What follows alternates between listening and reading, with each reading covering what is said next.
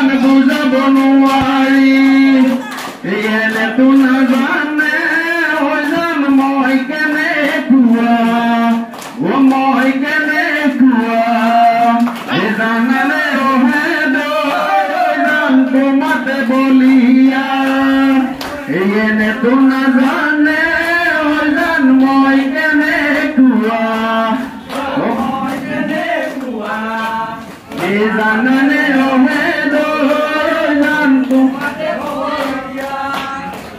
তোমাৰে ৰৈ কাৰণে মৰম আছুতীয়া তোমাৰে ৰৈ কাৰণে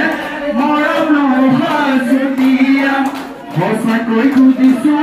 ভনীতি ৰহে যাবানে নজো জীৱন সংগী হ'বলৈ জীৱন সংগী হ'বলৈ জীৱন সংগী হ'বলৈ ধন্যবাদ আসলে আমার দলটিয়ে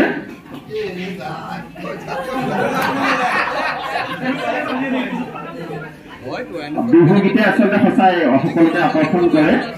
আমার ছাত্র ছাত্রী সকল তেখেতসকল আসলে আহি পাইছে যি কি নহওক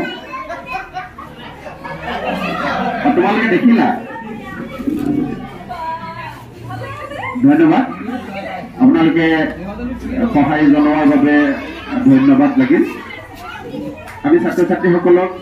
আমাৰ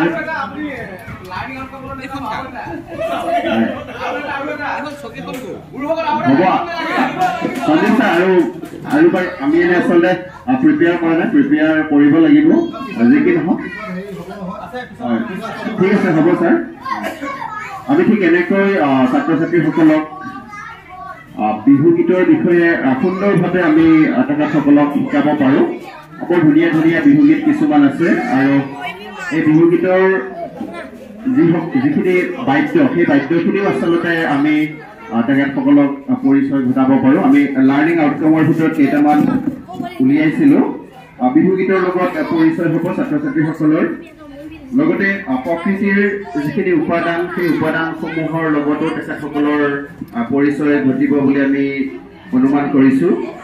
বিশেষকৈ ছাত্ৰ ছাত্ৰীসকলে সৰুকৈ হ'লেও বিহুগীত গাবলৈ শিকিব তাৰপিছত বিহুগীতৰ জৰিয়তে ছাত্ৰ ছাত্ৰীসকলৰ শাৰীৰিক যিটো অনুশীলন সেইখিনি কিন্তু খুব ডাঙৰ বস্তু বিহুটো শাৰীৰিক